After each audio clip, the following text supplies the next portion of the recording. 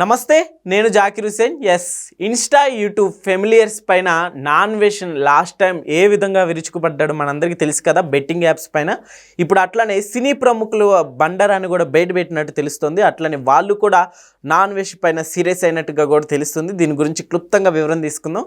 ప్రస్తుతం మనతోటి senior journalist Jagdev గారు ఉన్నారు. వెల్కమ్ చెప్పేద్దాం. హలో సార్, నమస్తే. నమస్తే జకీర్.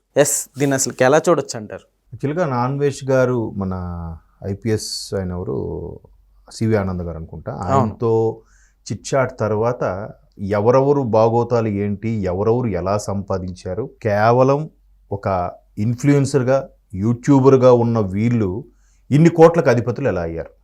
అంటే ఓన్లీ యూట్యూబ్ మీద వచ్చిన ఇన్కమ్ అయితే ఓకే, యూట్యూబ్ మీద ఇన్కమ్కి అక్కడెక్కడో గండిపేటలో 6 కోట్ల వెళ్ళ, ఇంకో దగ్గర ఒక 2 కోట్ల ఫ్లాటు, వీళ్ళు మెయింటెనెన్సు, ఇంకొంతమంది అయితే విదేశాల్లో సాంగ్స్ షూట్ చేస్తూ 1.5 కోటి ఖర్చు.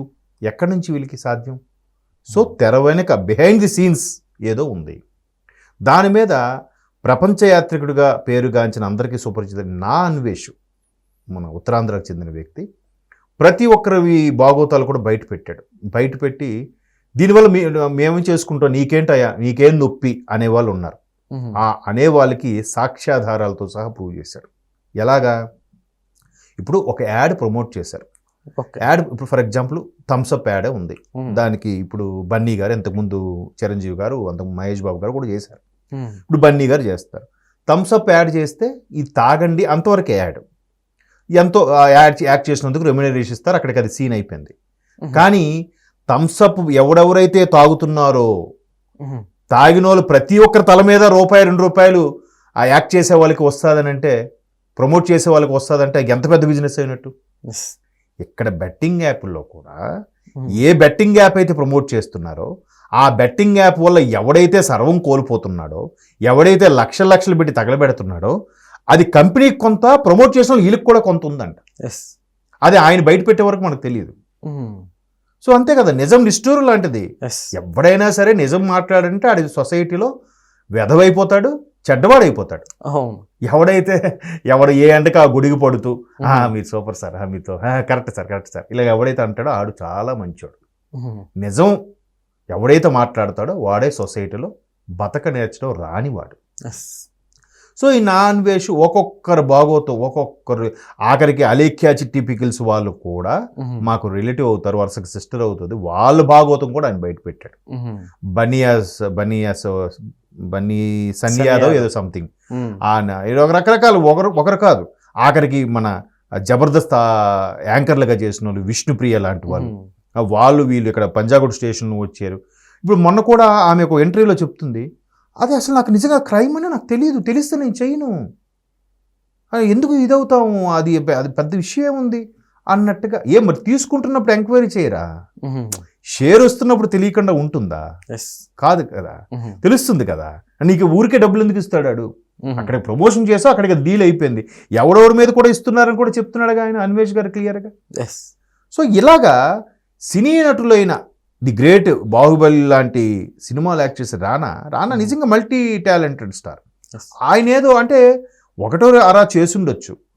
ఆయన మీద విజయ్ దేవరకొండ, మంచు లక్ష్మి గారు, ప్రకాష్ రాజ్, ఇప్పుడు ఈ ముగ్గురు వదిలేయండి, వీళ్ళు ముగ్గురు రాజకీయాలతో సంబంధం లేకుండా ఏదో సినిమాలు అవి చేసుకుంటారు. ఈ ప్రకాష్ రాజ్ అనే వ్యక్తి మాట్లాడితే పవన్ కళ్యాణ్ మీద బుర్ర జల్లుతాడు, మాట్లాడితే ప్రధానమంత్రి మోదీ గారి మీద సరైన ప్రధానమంత్రి కాదు అని అంటాడు. మరి ఈయన ఎలా చేశాడబ్బా? సొసైటీ గురించి అవగాహన ఉండి, సొసైటీ గురించి అవేర్నెస్ ఉన్న ఈ వ్యక్తి ఎలాగా మరి బెట్టింగ్లు చేసేసాడు? అప్పుడు మరి అవేర్నెస్ లేదా? పవన్ కళ్యాణ్ ఎక్కడో సనాతన ధర్మం అంటే విదేశాల్లో షూటింగ్లో ఉన్న ఈయన కూడా వెంటనే ఒక వీడియో కాల్ చేసి మరీ పెట్టేస్తాడు. ఎవడో తమిళనాడులో వీళ్ళకి ప్రాపర్టీస్ ఉన్నాయి కాబట్టి తమిళనాడులో పిలిచి మాట్లాడితే అక్కడ స్టాలిన్ మెప్పు కోసమో, ఉదయనిధి మెప్పు కోసమో అక్కడి నుంచి పవన్ కళ్యాణ్ దుయ్యబడతాడు. మరి ఇక్కడ బెట్టింగ్ యాప్ల్లో కొంతమంది జీవితాలు నష్టపోతున్నాయే, సూసైడ్ చేసుకున్నారే అని ఏం లేదా? అయితే ఇక్కడ నాన్ వెష్లో ఇంకో గొప్ప యాంగిల్ కూడా ఏంటంటే, ఎవరెవరైతే బెట్టింగ్ యాప్లు చేశారో ఆ బెట్టింగ్ యాప్ల వ్యవహారంలో ఎండగడుతూ ఆ బెట్టింగ్ యాప్ల ద్వారా నష్టపోయిన కుటుంబాలకి ఈ వచ్చిన వ్యూస్, లైక్స్ ద్వారా ఇందులో 2 లక్షలు 4 లక్షలు ఆ కుటుంబానికి కేటాయిస్తా అని చెప్పాడు, వెళ్ళి అందజేశాడు కూడా. ఓకే, అవును, మనం చూసామని.